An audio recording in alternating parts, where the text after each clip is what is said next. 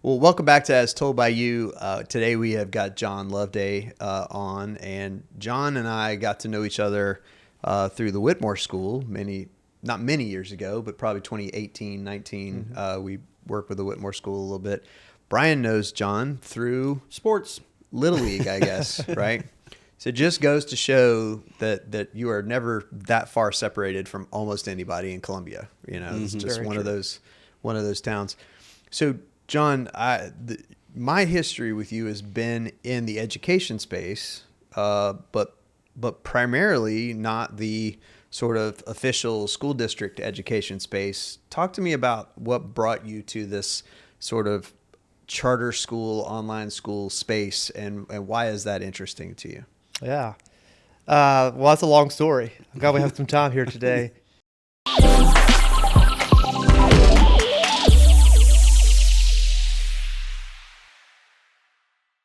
I think it really it dates back to even before I was professional, before I was in education. I think it's just a part of my story.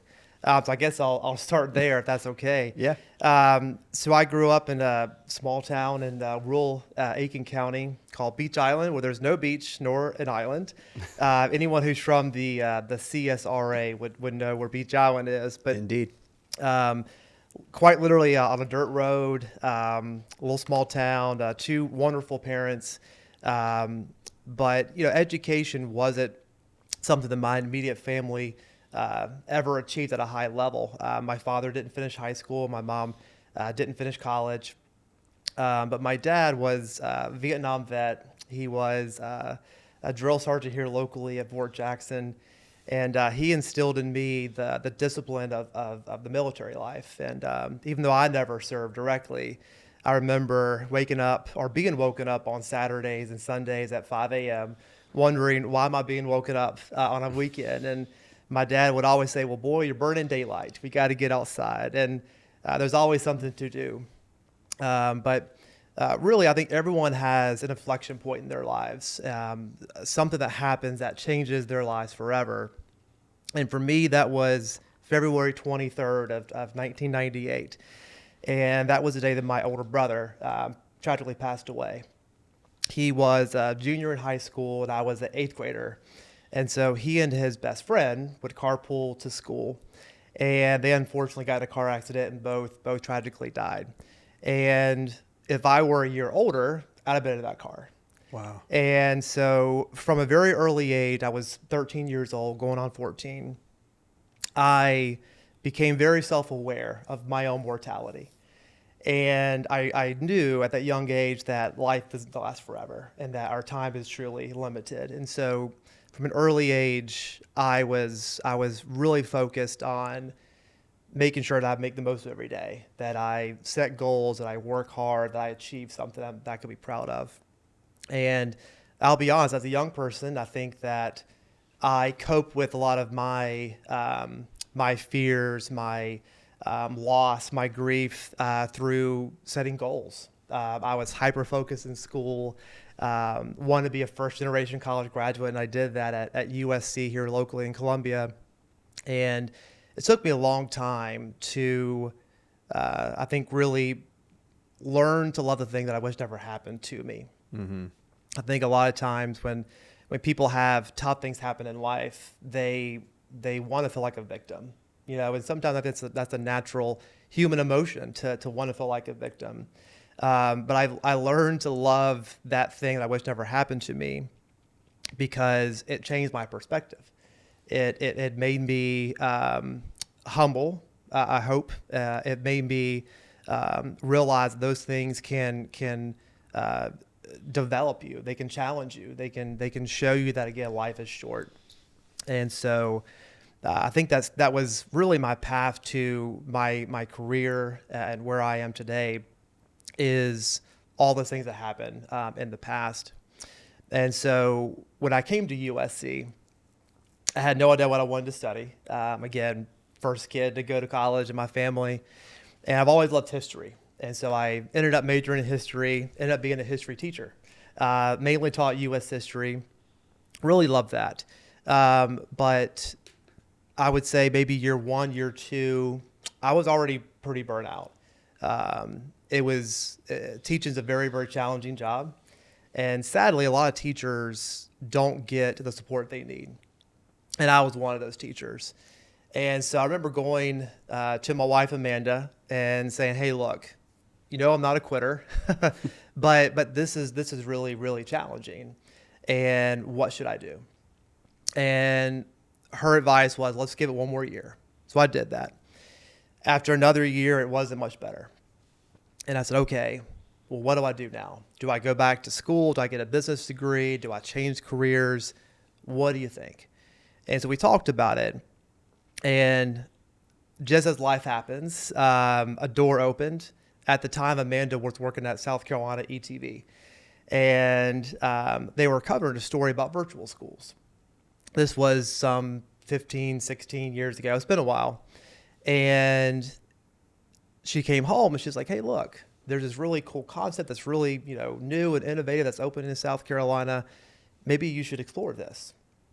And so I have to always give Amanda credit because she brought this opportunity to the door. That's the thing with opportunities. You have to walk through the door, right? And so I remember transitioning from a traditional classroom brick and mortar teacher to teaching online. And I remember the first thing that we both were thinking is, will this last for more than a semester? Will it last a year? This was, way before Zoom or way before COVID. Virtual education was still very new, especially in South Carolina. But I took that leap of faith and taught numerous years online, really loved it. Got to teach kids from all 46 counties in South Carolina. And from there, I went back to USC, wanted to get my degree so I can be a principal. And that's where I got to SC Whitmore. Wow. So that was a long explanation to your question. No, that's great. I love it. A wonderful story. Yeah, no, that's awesome. It was a journey. And who knew that everybody would be doing virtual school in just a few years after you started teaching virtually, Yeah. My kids had to do virtual school. It was like, now my son found a way of skirting it. He paid someone to do his virtual schooling for him, which, is a new thing. Yep. Kids 30 years ago couldn't have paid someone to go to school for them, but it happens, right? So I always loved working with the Whitmore School because I love the stories of the kids. It would tell us all kinds of things that would bring them to virtual school. Talk about why kids would choose this sort of alternative education like this versus going to the traditional district school. Yeah, I think that there's a plethora of reasons why kids' life circumstances, health issues, financial issues in the home. Sometimes you have teenage mothers who otherwise would have no opportunity to drop out of school, back in other generations. And so South Carolina Whitmore was one of the oldest virtual schools in South Carolina. And the model was very unique. It was to be a dropout prevention program, to find kids across the state that were struggling for a variety of reasons and give them an option versus dropping out. Mm-hmm. And so quite literally in those early years, we would drive from county to county in South Carolina. We would meet with school counselors and we said, hey, do you have kids that are on this track? Doesn't matter why. We're not blaming any school. We're not blaming you. We're not saying that you're not doing a good job. We're simply saying there's an option now. And so over the past almost 15 years, SC Whitmore has graduated thousands of kids across South Carolina. And I was there for almost a decade. It was a fantastic decade for me. The school is still there, still running, still doing some great things. But that was the neat part about it is no matter the reason, no matter the challenge, these kids now can access this education. The other part about this really neat is that it's mastery based. Mm-hmm. And what that really means for the non-educators in the room is it's self-paced. So it's not like biology class is Tuesday at 10 a.m. Biology is whatever you want it to be. Mm-hmm. There's live learning. There's also time that largely you're doing it on your own pace. And so that means that kids can accelerate and graduate early. So we have kids that can graduate high school in 2 years or 3 years. Mm-hmm. Kids that were bored in school. And boredom is just as bad as anything. That's when kids either sleep or they act out, or they're going to entertain themselves in some way. And so we would have kids that graduate high school in 2 years, some in 3, of course, most in the traditional 4. We have kids that would take sometimes 5 or 6. Right. Because they'd come to us as a 17-year-old with 2 credits. And so we knew it'd take longer to graduate them. But that's why we're there in the first place. Well, and I remember talking to kids that had, one kid had their own business. They wanted to take time to work on their business, so they didn't want to have to go to school all day. I ran into kids that they were in some kind of like basketball league that they wanted to really dedicate their time to, or music that they wanted to dedicate their time to. So I saw a big variety of kids there. It was really eye-opening for me, especially as a father of a kind of troubled high school student at the time. I thought to myself, this is probably a good option for him, And what's the accreditation process for that? Like, does it have to go through the state legislature? How does the Whitmore School or a school like it get the accreditation to say, yes, now you've done this curriculum and you can have a degree? Yeah, so that's really how I got into the charter school space. It was sort of an indirect path. And so in those early years at the charter school, if you were serving kids from all 46 counties, you could not theoretically be authorized by a local school district, like Richland 1, for example, because you can't serve kids in Myrtle Beach if you're here in Columbia, right? And so the charter route was really the only way that you could be a virtual school and serve all 46 counties all across South Carolina.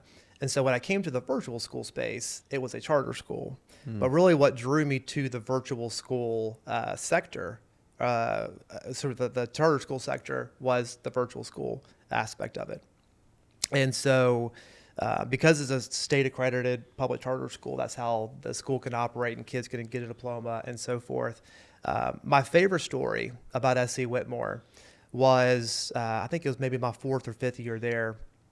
Our valedictorian got a full ride to USC, graduated a year early, just an amazing kid, did all these wonderful things.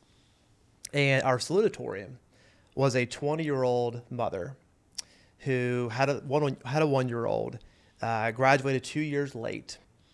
And because of those circumstances, again, if this were prior generations, she would have dropped out of high school, most likely, lived in poverty her entire life, and had no options. And because of innovators and the folks at SC Whitmore, that's where the magic happened. I don't feel like it wasn't me. It was the teachers there. It was the school counselors, just truly amazing people that I really had the pleasure of working with. But that was such a cool thing to see at that ceremony, that quite literally, number 1, number 2, completely different backgrounds, different paths in life, but now they're both high school graduates and they now have options. That was a powerful thing that I'll never ever forget. And succeeded in their own way. Yeah. That's very cool. So you're now at tutelage. Talk about what that is and how did you get there? Yeah, we talked earlier about just inflection points. And so I was at SC Whitmore, again, for almost 10 years. And I got to a point where I had luckily was able to recruit and retain talent. And we had an amazing team there, from administration to teachers, school counselors. And to be completely honest, I got to a point where I felt like I was coasting because we had built out SOPs. We had built out expectations. The culture was strong. And I don't want to say it ran itself, but it did not take the effort that I had given in those early years to build it to where it was.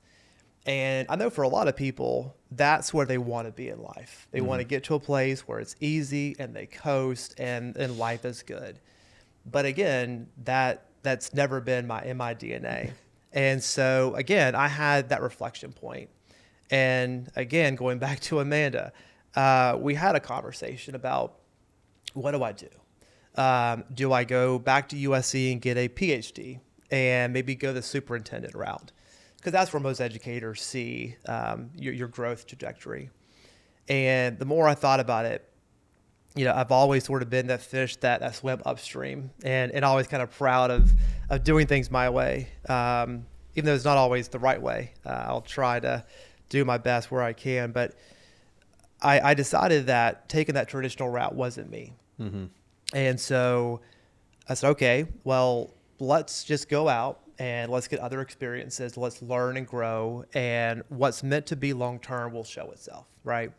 And so I left being a practitioner educator, and I worked for 2 years in the marketing and branding sector. At Rhodes. That's right. Yeah. Supported schools all across the country, and really learned from really great people. Some folks that worked at Procter & Gamble in Cincinnati, some really incredible graphic designers here in Columbia, some incredible videographers and photographers, and, just really was a sponge and like soaked it all up. And I was eventually approached by Toothless School Solutions, which is a company that is now in its 6th year of operation. And it was founded by an incredible guy that you guys should meet one day. His name is Tony Helton. And Tony is from the big city that he would say as Forest City, North Carolina. It's just past the South Carolina state line, close to Spartanburg. And in Forest City, North Carolina, Tony had this idea that he wanted to help open a charter school in South Carolina. Prior, he had worked at open charter schools across the country. By the way, Tony's also a USC grad, so Columbia is very near and dear to Tony. But he opened this initial school in Gaffney. It's called Cherokee Charter Academy, and they're in their 6th year of operation now. And really, Tony's mission was to open charter schools in rural areas, areas that had historically low-performing schools, and to not throw stones, to not bash the traditional school district or to point fingers to elected officials, to simply open a great school, have incredibly high academic standards. We have sports at our schools, but they're not a major focus. It is academics, 1, 2, and 3.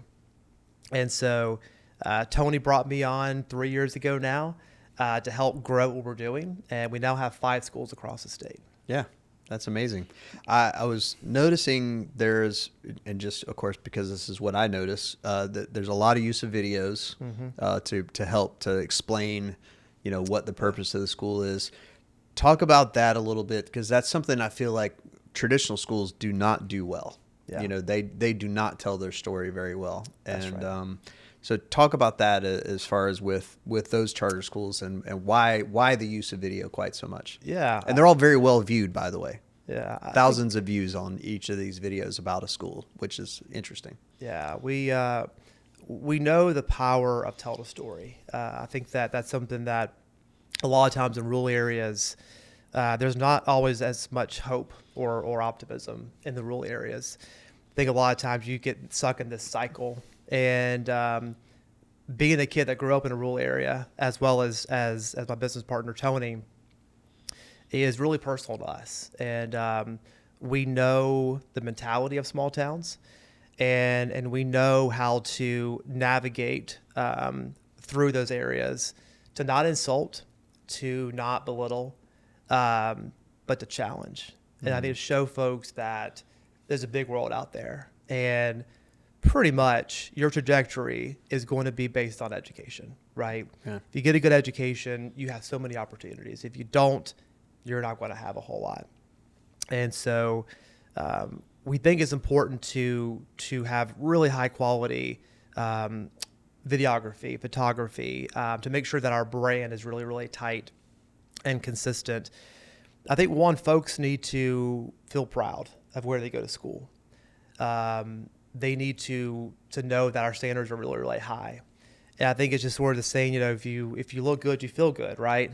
I think it's really, really important. And really the foundation, I know some folks out there who are listening to this may not necessarily support charter schools, or sometimes some folks don't really understand what charter schools are. So I want to take a second just to hit on that if I could, because at the end of the day, the success of our country, if you want to boil down to one thing, is competition. Best idea wins, right? It's capitalism. It's free market capitalism. And when you don't have competition, you will see stagnation. There's little motivation to work hard and to achieve. And so in these rural areas, families have had generally one choice, right? there's sometimes there's a private school in the area that's not always accessible to everybody. And so if you have one school, one choice, then the foundation of growth and development and trying to innovate, it's just not always there. And so going back to our founding school in Gaffney, again, they're in their 6th year of operation. And in their 3rd year, only 3 years, they were the top performing school in all of Cherokee County. 3 years. That's it. Just 3 years. And, there's the old saying that rising tide lifts all boats. What we have found is since that 3rd year, and you can go back and find all these videos, we bragged quite loudly that we were the best school in the county. And the school's enrollment grew, and the talent that we were able to recruit in Gaffney grew. We have folks that travel over from Greenville, from Spartanburg, from parts of North Carolina, and they work at this school now. And so, but what happened in years 4, 5, and then now this year in 6 is fascinating. The local schools in that area all started to approve. Everyone. And the school report cards just came out for this past year on Monday of this week. And Cherokee Charter is now is still the top performing middle school, and they're the number 2 elementary, just behind the other school down the road. But that's what we've created in Gaffney is competition. Yeah. And believe it, it's our goal next year to beat those good folks down the road and be the best school, elementary school and the middle school. But to me, that's the powerful thing about charter schools. And it's unfortunate that some folks try to make charter schools a partisan thing. Mm-hmm. And I'll say that and say it loudly. It's a mistake, because anytime anything becomes partisan, you split the pie in half. Yeah.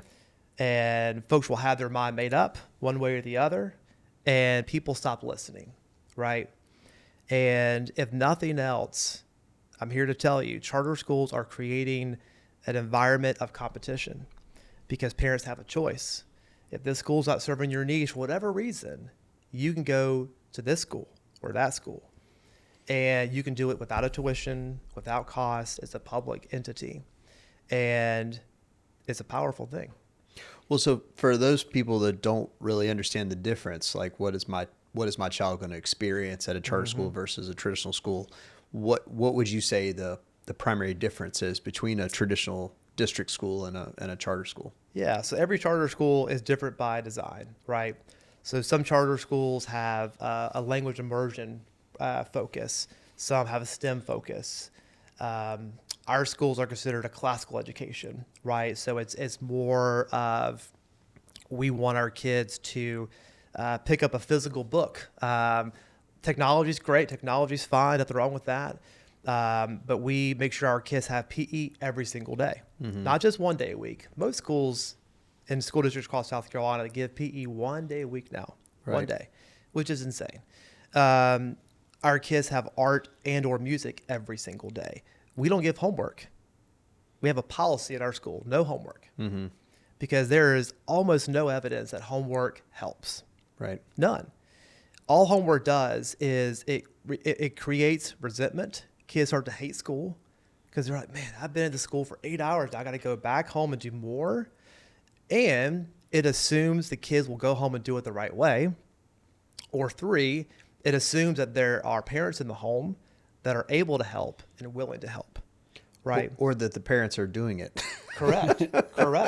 Which is also bad. You You don't want that. Now, my daughter's 15. She's in pre-calculus. Yeah. Good luck. Yeah. My answer is good luck. I hope everything works out. That's right. I cannot help you in the least. I think about Joey Coy, Joe Coy. Have you seen his stand-up? He's like, I got a call from his kid goes to some private school in LA, and he's like, I got a call from the school, and apparently we are failing 7th grade math. Exactly. And look, 7th grade math, algebra 1, I can help a little bit, right? I can't do anything with pre-calculus, right? And so I guess that is a very interesting kind of element to it. I love the idea of no homework, obviously, as someone who hated homework. We just but simply say, look, you need 8 hours to be a student, 8 hours to be a kid. Go home, play baseball, volunteer in your community, and get 8 hours of sleep. Yeah. And rinse and repeat. And sometimes those simple truths get lost somewhere, right? And it has been a huge thing for us. Last thing that we do that's unique to public schools is we require uniforms. okay. They are not expensive, and if any child comes to our school that frankly can't afford it, if they're free reduced lunch or whatever it may be, that's not a barrier for us. Yeah. We'll provide them. But what that does is it gets our kids in the mindset that I'm going to work. Yeah. I'm going to work today. I'm not going to go play. I'm going to work. I have things to do to accomplish academically. It's not a fashion show. It's not. That's right. It decreases distraction. It decreases bullying. And so it is a powerful tool. And for someone that has two boys and they were at a traditional public school and now they're at an independent school this year, but this is the first time they've experienced uniforms, and they absolutely love it. Yeah. They love it. And it may have taken 1 or 2 days, but after they got in that routine, they absolutely love it. And as soon as they come home from school, they change, and those are their play clothes, as they call them. Yeah. And now mentally, they're playing. Right. But they understand that when they're at school, they're there to work. Well, and I think it can get extreme too, as we encourage kids to express themselves or do whatever is comfortable for them. Yeah. A friend of mine calls this the pajama generation, where you have to go, pajamas aren't appropriate for this particular environment, so you have to wear slacks and a button-down shirt. Or how many times my son and his girlfriend come over to the house and they're wearing pajamas, and I'm like, I don't understand this. Yeah. This is where you start to feel old. You go, my dad would have had a fit if I went out of the house in pajamas. No doubt. And one of my favorite dadisms is he would say, never forget the power of making your bed in the morning. Mm-hmm. And he's right. Yeah. It's powerful. Yeah. It gets you in the mindset of, I'm going to do the little things right today. Yeah. Well, I think that's very cool. It has, I think it's interesting. It sounds like a private school. So that's my big question is, where is the funding coming from? Mm-hmm. Yeah. So you're paying teachers, you have a physical location that the kids are going to, but it's open to anybody. So there's no cost to the students, and there's right? no cost to the students, right? Yeah. Yep. So where does the funding come from? From you. From taxes. Okay. It's a state funded school. Nice. So the way charter schools work is the state dollars, the state and federal dollars, follows the kid from if they're at their traditional public school, they're zoned for, and if they go to a charter school, the state and federal funds follow them. But the local funds do not. Okay. So of course the amount of local funds can vary greatly, right? So if you're in a more wealthy county like Lexington County or Richland County or Greenville County or Charleston County, there's a lot of local funds, right? They can make up maybe 30% or so of a school's total funding model. If you're in a more rural and lower income county, then it can be 10%, 5%. It can be a really small amount because there's not a lot of tax base, of course, in those areas. And so, but that's also part of the origin of where we see these challenges in these rural areas, the lack of local tax base. If you go back even to the 20th century, 19th century, even before that, that's where the inequality started. Of course, was lack of local funds, which means those schools are going to get significantly less. And of course, facilities don't teach kids, but facilities creates pride. Mm-hmm. Facilities recruit talent. They are important to some degree. And of course, over time, that talent pool dwindles. One of our schools that we opened this year is down the I-95 course, locally known as a corridor of shame, is in Walterboro. And it's a school called Libertas Academy Colleton, first charter school in Colleton County. And to say that has been a challenging thing is an understatement. But that school is open. They're in a temporary facility for year one. We're building a building, and it'll be open. The permanent building will be open for second year. And that is such a rewarding experience. But I think it all boils down to just the focus and doing more with less. And because we don't get local funds, that's okay. We try to be efficient, and we try to, again, do more with less. And that's what tutelage really focuses on, is providing these schools with comprehensive list of services so that they can focus on academics and we can focus on all the other distractions that come up. Yeah. Well, and talk about facilities. The elementary school that I went to, 6th and 7th grade, was Mount Zion Elementary in Fairfield County. Yep. And it was built in the Revolutionary War, like 1780 or somewhere around in there, as a hospital, and was serving as an elementary school in the 1980s. And it was falling apart. And there were a lot of things that didn't work. Like heating and air was spotty. We had to have school outside for a period, so they took asbestos out of the building. Like they realized that asbestos was in it in 1980, whatever. And it was disruptive to my education. Yeah. The facility was disruptive to my education, certainly. Yeah. Now, not to say that there were good teachers in the 80s in Fairfield County. That could be argued, whatever it is. I'm sure they tried hard. But the area I was born in affected my education 100%. Yeah. If I had been going to school in Columbia, I wouldn't have had those particular challenges, you know. And it really boils down to, I think, if you had to say one thing, it's leadership. Yeah.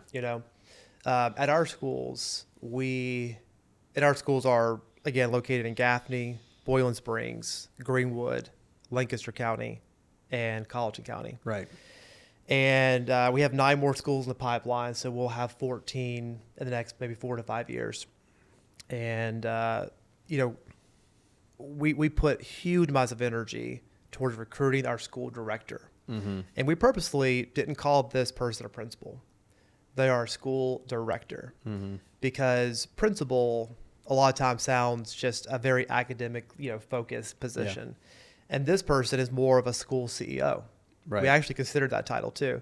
This person has to be an innovator. Yeah. They have to go into an area, be positive. We have a very strict rule. We don't cast stones here. But we have to challenge the status quo. And that's one of our biggest challenges. But if we find the right leader, they set the culture, and eventually talent comes back.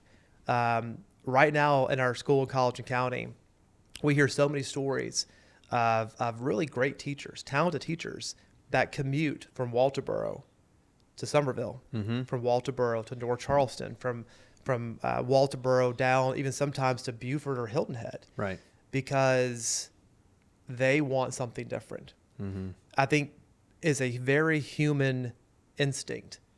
If you're not a leader, and everyone can't be, of course, but people gravitate towards leadership. Yeah. Right? It's not that you have all the answers. It's that you're going to be brave enough to try. Yeah. And when we find the right leader, the rest works out usually. Well, go ahead. You mentioned the report card before, of the school's report card. So are you, all the charter schools that are in South Carolina, essentially, not just the ones that you operate, but they're contributing to the overall score for the state? Is that so? That's correct. Because they're all technically public schools. Yeah, so they're all technically public schools. That's right. So I want to get your thoughts on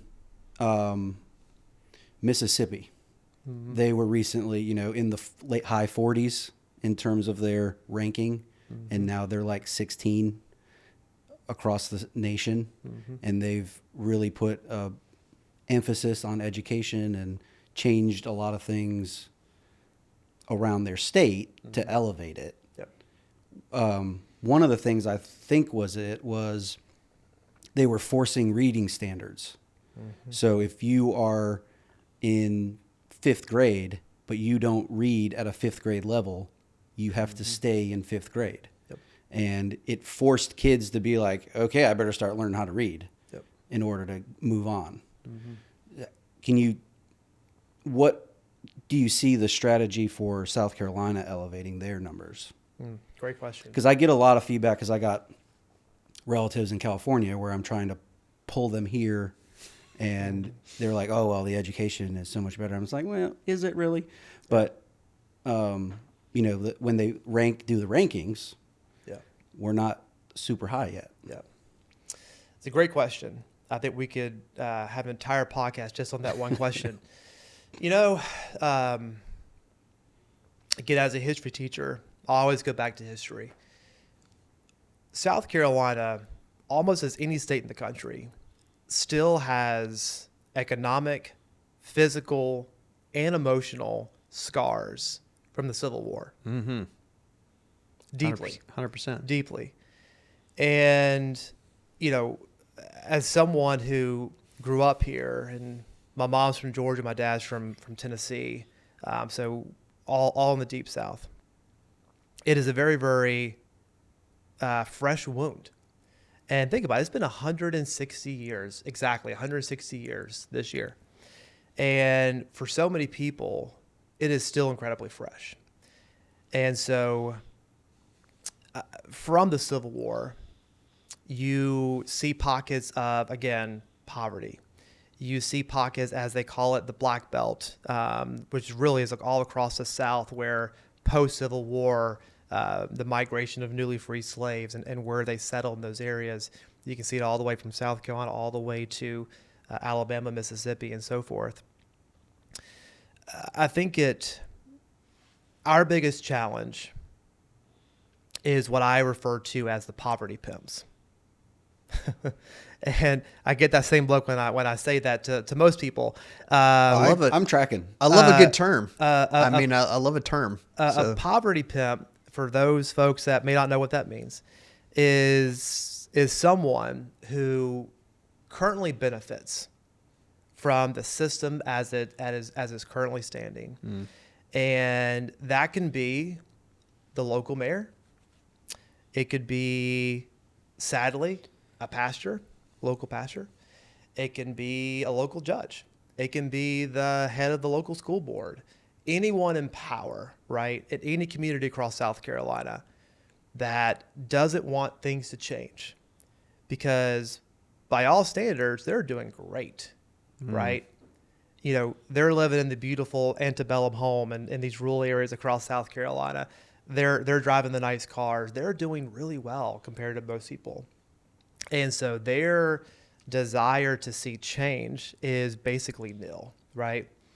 And so when we go into these rural communities, and I won't name this county by name because I don't want anyone to get upset here, but I remember several years ago, this has been many years ago, we were in front of a city council because we were trying to get a piece of property annexed so that we could help to open a school in that area. And we got one no vote, and it was from one of the members of city council. Come to find out, his wife was on the board of the local private school. And that wasn't really hard to find, right? And obviously it still passed and the project continued and that school is operational now. But that is a poverty pimp. That is someone that is terrified of change. And I'm doing well, and I'm okay if you continue to struggle because I want to continue to do well. Because we just don't want to change anything to affect my Correct. man. Correct. And I'm gonna tell you, growing up in Fairfield County, I have those 3 or 4 people in my head who were exactly in that spot. That's right. To say, like, I know the rest of y'all are struggling, but I'm doing pretty well, so I don't want to rock the boat. And let me help you, but I'm not really gonna. Yeah. help you. Let me say I'm helping you. Let me look like it's helping you, but I'm not gonna actually help you. Yep. And man, that's a big one. Wow.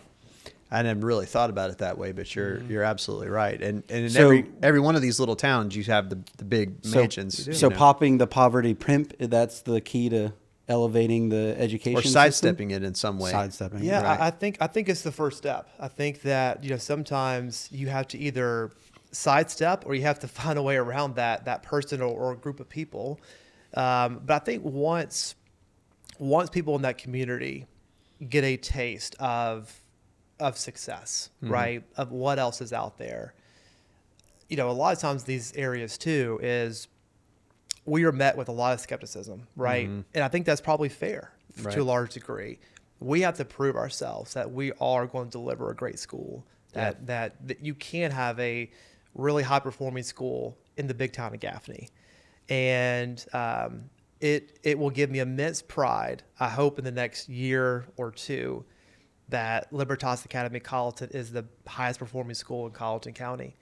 But once we achieve that, that's not good enough. We want to be the best school in the Lowcountry, But again, I think sidestepping those power brokers, giving people a glimpse of what else is out there in the world, a glimpse of excellence, a glimpse of something they can be proud of, then I think it starts to physically and symbolically rewire their brain. Yeah. And if we can change those kids, then when they're parents, it changes generations, right? And, South Carolina, by almost every study you look at now, we're always top 5 or have been for numerous years in growth per capita, right? We're one of the fastest growing states in the whole country. I saw we just surpassed Texas and even Florida in annual growth. They're full. And- that's why. Yeah, yeah. We're Well, I getting was the going to say overflow. we got That's farther. right. We have They're- farther to go. they're That's full. right. They're It's easier to grow when you have farther. Yeah. to You go. get down there and you're like, oh, I'm coming up. Let's go a little bit back. Yeah. But I think the number I saw recently is at our current growth, it'll take between 25 and 30 years. So roughly 2050, 2055. South Carolina will double from 5 million to 10. Wow. And so I think we are at, again, circling back here to our earlier conversation, we're at a reflection point. And the inflection point is if we're going to recruit folks like your family that lives in California, or the family that lives, maybe in Chicago or wherever, and they're looking to relocate to South Carolina. Of course, if you're a parent, you're going to look at schools, right? Yeah. Education's one a of the first massive things you'll part of think it. of, absolutely. Yeah. And so I think that's a really powerful thing that we can be a small part of that. Of course, it takes a lot more than just us. But we take a lot of pride in what we do. And every time we go in these communities, our top goal is to be the top performing school in the county, period. We want to be the best. And again, it takes the leaders that we recruit. They're the real rock stars. We have some incredible people. One person, Selena Patton. She's our school director at Libertas Boiling Springs. She's helping to open our school in Woodruff that opens next year. She's an innovator. She's a dreamer. And we need folks like that. We have a school leader in Gaffney, Brad Teague. He's an innovator. He's a dreamer. That's what it takes. Destiny Grant is our school director down in Colleton.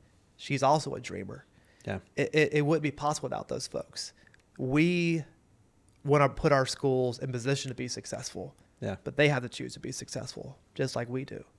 Yeah, that's amazing.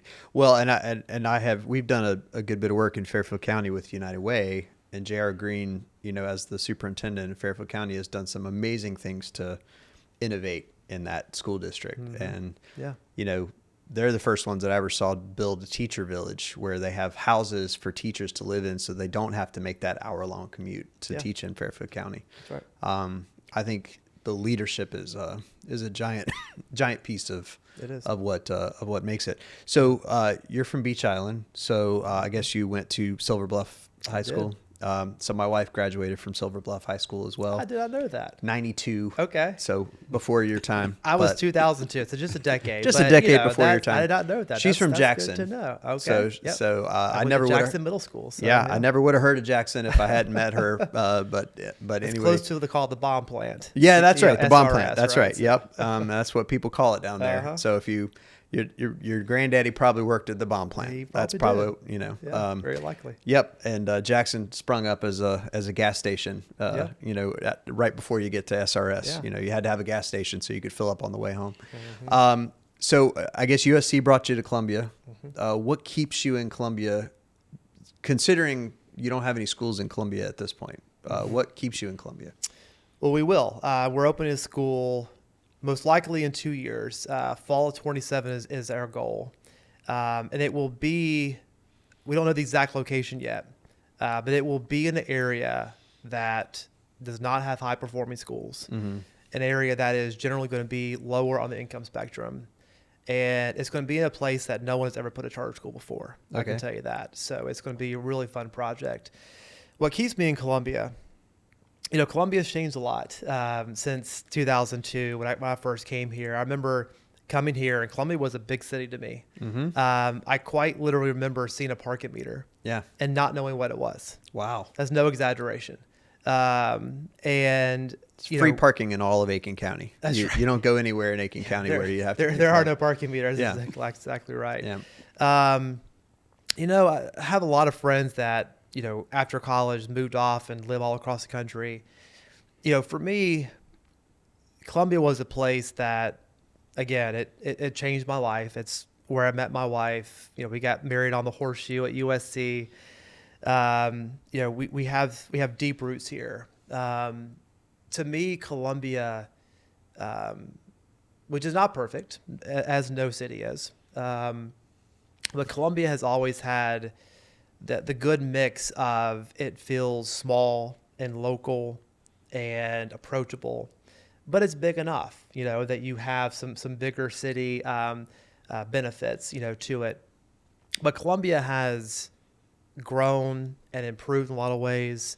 And I love this place. It is a special place that it'd be really hard for me to leave. And especially, again, having two kids here that are really active in the community and try to do things to help the Midlands and help Columbia. It's a special place. And again, nowhere's perfect, but the more I travel, the more I appreciate Columbia. Yeah. It's a great place. What's interesting is we have people on, and I ask the Columbia question a lot because I think it's interesting. Brian and I choose to do business here.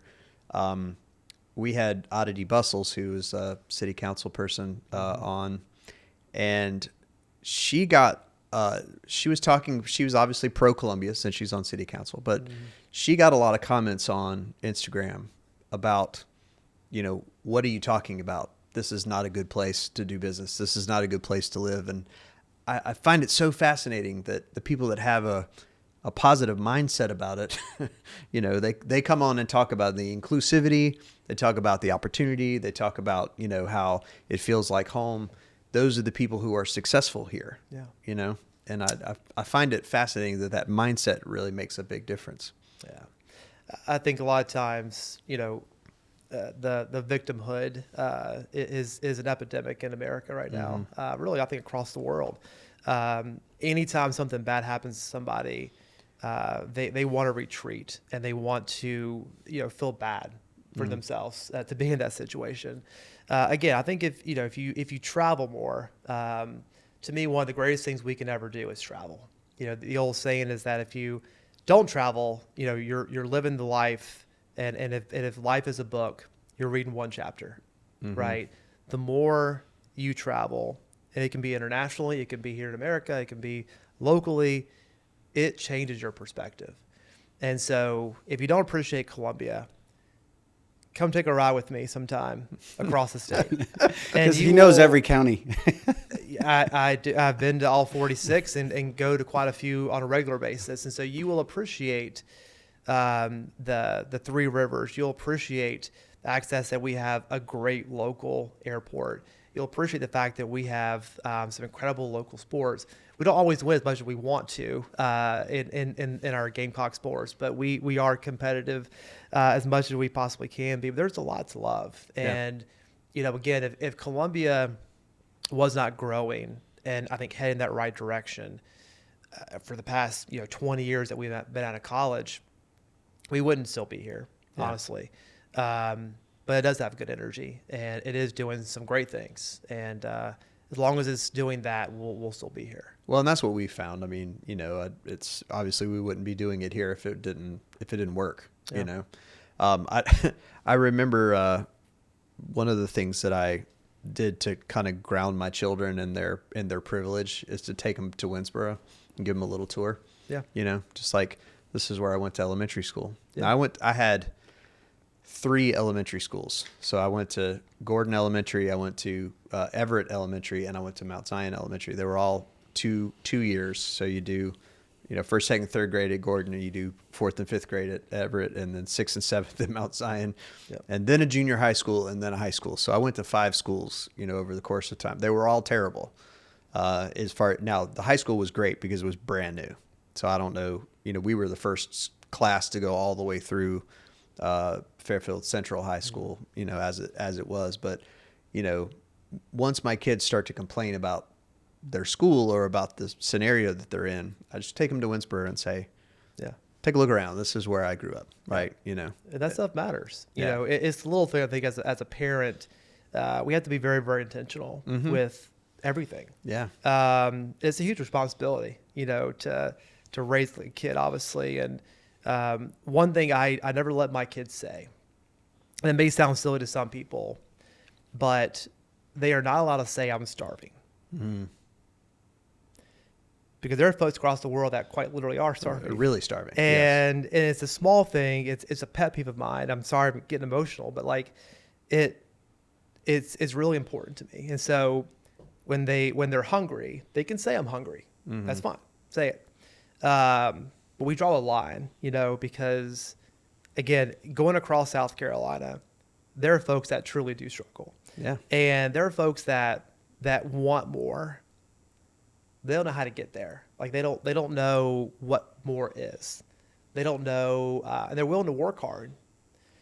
They're not asking for anything. They want just the opportunity, and And so I think many it's a times powerful thing. it's a lack of examples and a lack of encouragement from people Yeah. that they can It is. do whatever they want. It's the small town mentality, and you can call it. I've heard it called the cornfield or cottonfield mentality, whatever. But when you don't have that life perspective, again, you don't know how to dream. You don't know what that really looks like. Sure. One of my favorite quotes, and I tell my boys this often, and I usually, speaking of baseball earlier, I tell them this when we get out of the car and they're going to walk to play a game. And at this point, they kind of roll their eyes. They will not forget it, I know, as they get older. But I look at them and I say, how big would you dream if you knew you couldn't fail? Yeah. Yeah. Yeah. That's amazing. And I make them repeat that back to me. Sure. And that one little quote, it takes the pressure off. And they get out there, they play loose, they have fun. And it's not about, executing or not making a mistake. It's about just go out, go have fun. Now, how old are they?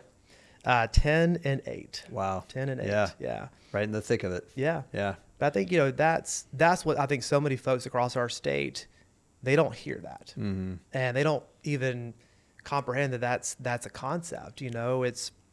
It's they don't know. It's not about dreaming big or dreaming small. They're just trying to survive. They're just trying to survive every single day. And so, again, the core of it goes back to education. It's about, if we can create great schools, it will force the schools around us to get better. Yeah. Because kids are choosing to leave their school and come to ours. Now, look, it does create some sort of chaos. Let's call it what it is. It does create chaos because you are having teachers that are moving from school to school and kids are moving and so forth. But progress doesn't come without discomfort. Yeah. And I think that we are intentionally challenging the status quo. We're intentionally going to these communities and saying, hey, look, we're not here to throw stones. We're here to create a great school, a great culture, be laser focused on academics. And we're going to beat you. We're going to beat you. I love your competitive spirit. And when we do, you either have to wallow in that, or you can get off the mat and you can work harder. Yeah. And again, going back to our schools in Gaffney, every school around them has gotten better the past 6 years, every single one. And so I think that if South Carolina wants to go to that next level, right, and not be ranked 45 through 50 in almost every category, we have to be willing to speak out and to challenge the status quo. And we can agree or disagree on a number of issues, right? And that's okay. As long as we can get back to a place where we can disagree with folks and not question their character. Sure. Right? To not question their intentions. And I think that, in a nutshell, is South Carolina's challenge. It's not thinking of the cotton field, the cornfield mentality. It is thinking about, we're in 2025. This isn't 1965 or 1865. And we're not preparing kids to work in a factory. That's right. Right. Absolutely. Yeah, because they've got to be thinking on their feet. In some cases, we should be preparing them. Maybe factory work would be okay. Because we got lots of factories, industry coming to South Carolina. Yeah, that's true. Well, and I was going to say, the thing that I recognize about my son, who's a little bit older, he'll be 22 this month, is the modeling is really important, right? They become who you model. Not necessarily, they don't necessarily do what you tell them to do. Yep. They don't really even listen to what you tell them to do, but they tend to model, and his and my relationship right now is basically him running his business, and he's asking me questions about him running his business, right? Yeah. He had an employee lose something of a client's today, and he called me. It's like, well, what do? I was like, I don't know. You got to make it right. I was like, if your employee lost it, you lost it. Doesn't matter what they did, right? Right. That's the relationship he and I have right now. It's like, Dad, I got this problem with my car, or Dad, I've got, what is this tax, or whatever it is, But it's modeling so much of anything, and I think if kids don't have someone to model, model that those aspirations, and model that idea that if you want to be, you want to work for the UN or you want to be a senator, you can do anything, right? Yeah. And I think that stuff is critical. A core part of our program too is, beyond our math curriculum, which is Eureka Math, which is by far the best in the country, and also core knowledge, which is our English and language arts curriculum. We have a program called Core Virtues. And so essentially it's a character education program. And every month we have a core virtue of the month. Now, a lot of schools do something like this, but generally it's one time, it's 10 minutes, and you basically learn how to define a word, and that's about it. And so for us, it is a 20-minute lesson every day, same word for an entire month. And you truly learn what that word means, how to apply it in my life, and then you have to model it, right? So this, month can be, the word can be compassion, right? So you start with the basics of what that means. And then how do I apply it to my real life? And then write me an example of a time that you showed compassion. And it's a powerful thing because, again, as you mentioned, a lot of these kids don't always have that, right? And if we're going to educate the whole child, it is not just, can you do calculus? Can you pass English 3, English 4? We have to raise good humans, right? And to not ignore the emotional IQ, the social IQ, the social skills. Kids are going to be working in 2030, 2040. Who knows where we'll be, at that point. But it will require soft skills always. Sure. And it will require the human touch. And I think that's a big part of what we do as well. And man, I'll tell you, as an employer, so many of the defining points with employees comes down to that EQ, that emotional quotient, not skills. Yep. I can teach skills. I can't teach you to be mature. I can't teach you to handle things well. I can teach you customer service, but what I have to end up doing is I have to end up making you do things the way I want them done, even if you disagree. And I think if you can teach that early, that makes a huge difference in somebody's Massively, yeah. marketability and interest in the marketplace and all that kind of stuff. So that's really awesome. Well, John, thank you for this. This is so fun. You and I have talked probably for many years in very small snippets. And so we'll go, here's a job, go do the job. And, the job's done. Thank you very much. But like, this is really cool to sit down and talk. Yeah. So, okay. We end up every podcast with 5 questions of things that are your 5 favorites. I'm going to have Brian, since you're technically Brian's guest, I'm going to have Brian lead it off. So, Okay. All right. Favorite movie? By category or just overall? yeah, whatever. Yeah. You can do category if you want. I'm a big movie guy. Braveheart. Nice. That's a good one. Yeah. I saw that once when it came out, and it was enough. I was like, I got it.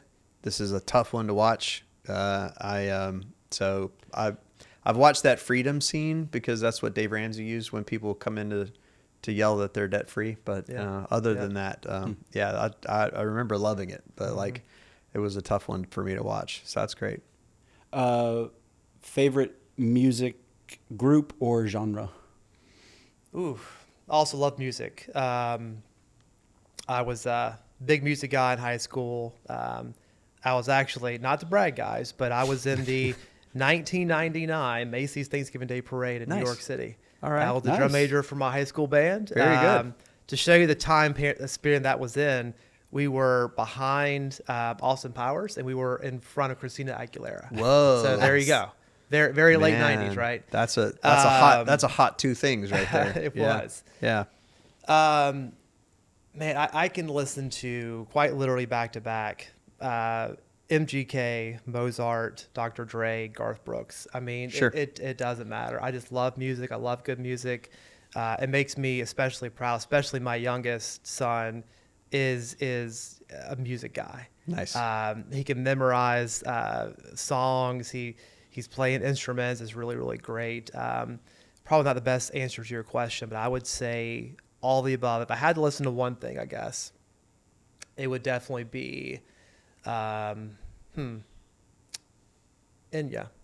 Whoa. If Okay. you don't know who Enya is, Man. you need to stop All right. what you're doing and go pull up Enya. I used to listen to Enya to go to sleep. Yeah. Yep. I started doing wedding videography in 2005, so I used Enya a lot. Like He's way amazing. too much, because it always worked. Yep. Right? It always worked. So that's awesome.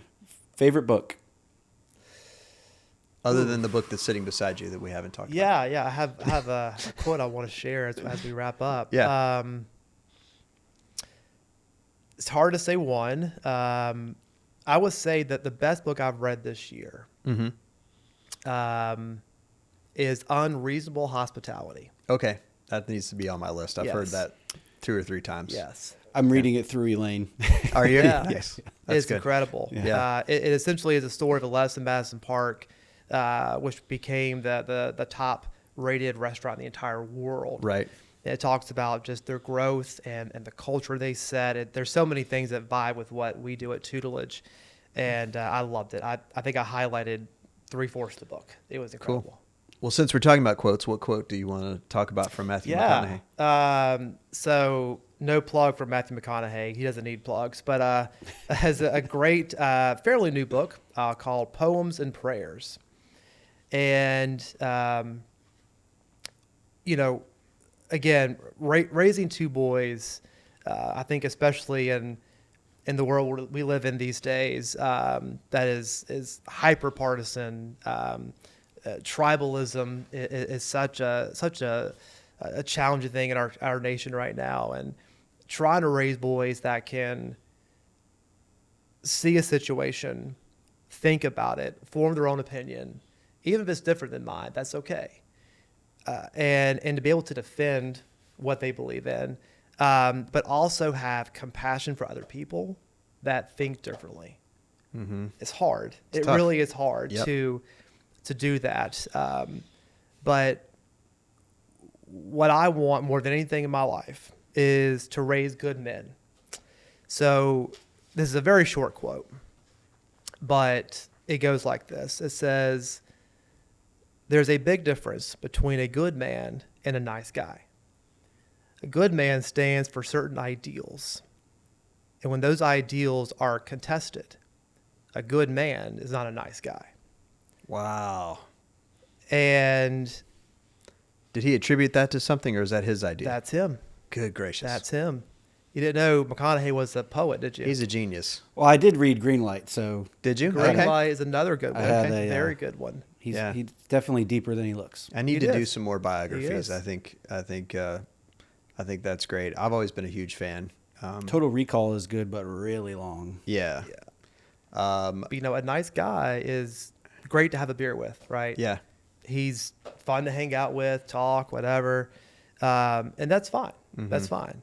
But being a good man is deeper than that, Yeah. right? It's living with a sense of ideals, of purpose. And it's incredibly challenging in 2025 to raise good men.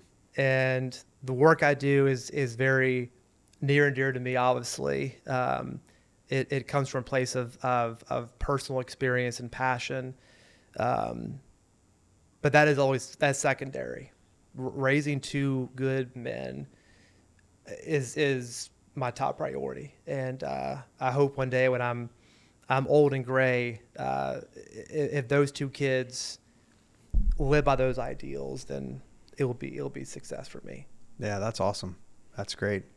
All right, two more. Favorite sitcom. Oof, these are tough. Yeah. The hard-hitting see, questions come at the end. I think about them all the time. So I'm constantly ranking my sitcoms in my head.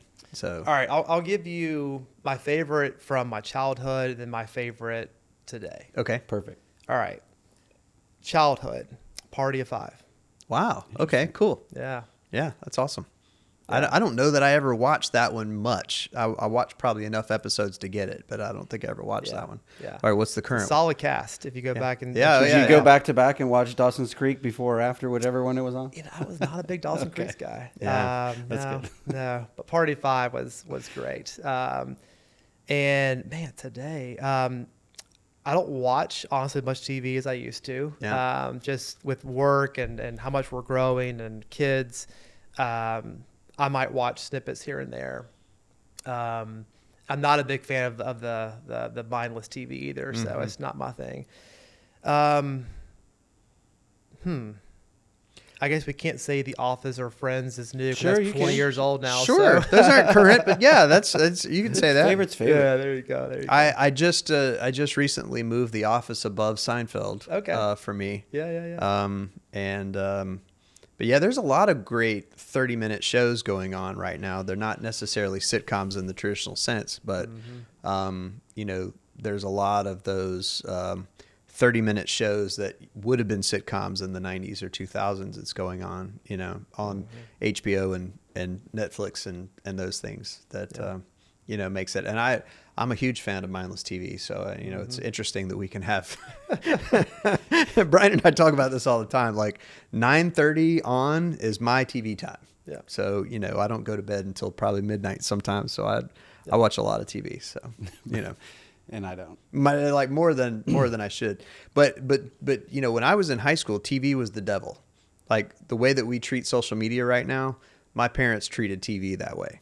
Like TV's rotting your brain, TV's ruining this generation, TV's influencing the way kids are behaving, all that stuff. And now obviously social media is a lot worse probably for the kids than TV was in the 80s and 90s. But Well, I saw a interesting video recently. There was some expert talking about screen. They were talking about screen time, and the guy was like, "Oh well, I'm very vigilant about preventing my kids from screen time." And the guy was like, "Whoa, not all screen time is bad. right. What it tends to be bad is the mindless stuff, Uncontrolled screen time. but if they are engaging in screen time that has a story, so if they're watching a movie, that shouldn't count against them, is what this guy was saying, because the story stimulates their brain and is having them put stuff together. Well, I would say 80% of the TV I watched when I was a kid, I watched with my parents. Oh, So sure. I had very because there's little. only one TV in the house. Well, only one and TV 4 in the channels. house. There's not very many channels. I would watch TBS Superstation when I got home from school. I'd watch, Tom and Jerry and stuff like that when I got home from school. But other than that, almost every bit of TV, I watched Miami Vice with my dad. I watched Fantasy Island with my dad. That is not what happens now, I don't think. No. I think there's a lot of the iPad in your room by yourself, which is where the trouble could happen. Yeah. All right, final question. Favorite dessert? Ooh. Soft serve ice cream, just plain vanilla. Okay. Nice. Okay, nice. Yep. On a cake cone, so like the regular old cone Yeah, that you any get out of cone's the... fine. Yeah. But yeah, waffle cone, traditional cone. Yeah, I just love a good soft serve. Totally. My kids know that, usually it's once a week, usually on the weekends, we get soft serve. Okay. And again, it's about balance, right? We can't have soft serve every day. Right. But so I guess we could, but might impact our waistline. I want to install one in my house. Not a great idea. Yeah. There's actually, I saw one of those recently with all these catalogs that are coming out for Christmas. Yeah. And the boys were like, "Do you want this, Dad?" I'm like, "No, absolutely not. I don't need that in my house. 'Cause That's I'll too eat that dangerous. every day." Be a lot of temptation to I get just soft love a good soft serve, man. It's Well, hard to beat. I used to be at SoCo downtown, which was above where Jason's Deli was. So our office was above Jason's Deli, and Jason's Deli in the very back had a soft serve machine. Oh, yeah. And somewhere Yeah, along the free way, ice cream when you ordered. somewhere along the way, I think Greg might have talked to him or somebody talked to him, and it got around SoCo that if we wanted soft serve ice cream, we just go down there and go in the back door and get it and come back up. We don't have to tell anybody or work on it, So I had way too much soft serve ice cream while I worked at SoCo right there because it was always available. So if you needed a break in the afternoon, go get you a cone, And so, well, John, thank you so much for doing this. This was so fun. It's great to talk to you. And best of luck with everything. I'm so excited about your competition with the counties, and I can't wait to see what happens with it. Well, I appreciate you guys having me, and can I leave you with one more quote? Yeah, of course. Absolutely. I love a good quote. We talked a lot about just the history of South Carolina and the mindset, and I think our challenge is, and I think I'm of the generation now, I'm 41, where we have the ability to retrain a lot of mindsets across South Carolina, to be in leadership positions and to use the platform that we do have to, again, challenge the status quo. Yeah. We're gonna call out and challenge the poverty pimps, and we're going to expect nothing but the best from South Carolina. Right. And so, again, a lot of South Carolinians, and this can be historical family trauma, right? But we have this victim mentality a lot of times, and it doesn't allow us to think big.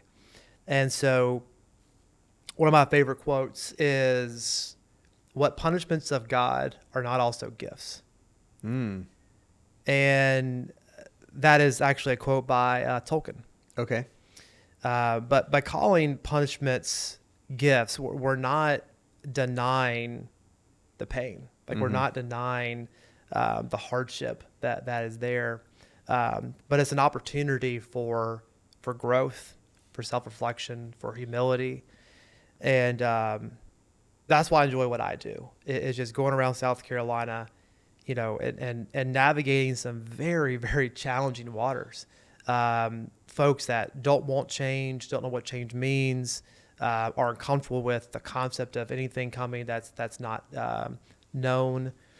And we're not perfect. We don't do everything perfectly and right, but we try very hard to. And it's such a pleasure to go across the state and open these really great schools. And again, we'll have 9 more, 14 total in the next 3, 4, 5 years.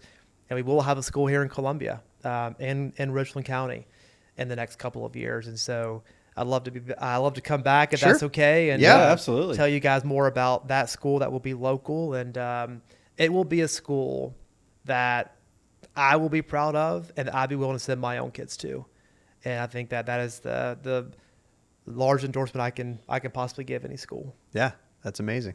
Well, thanks so much for coming. Absolutely. Thank you. Thank you.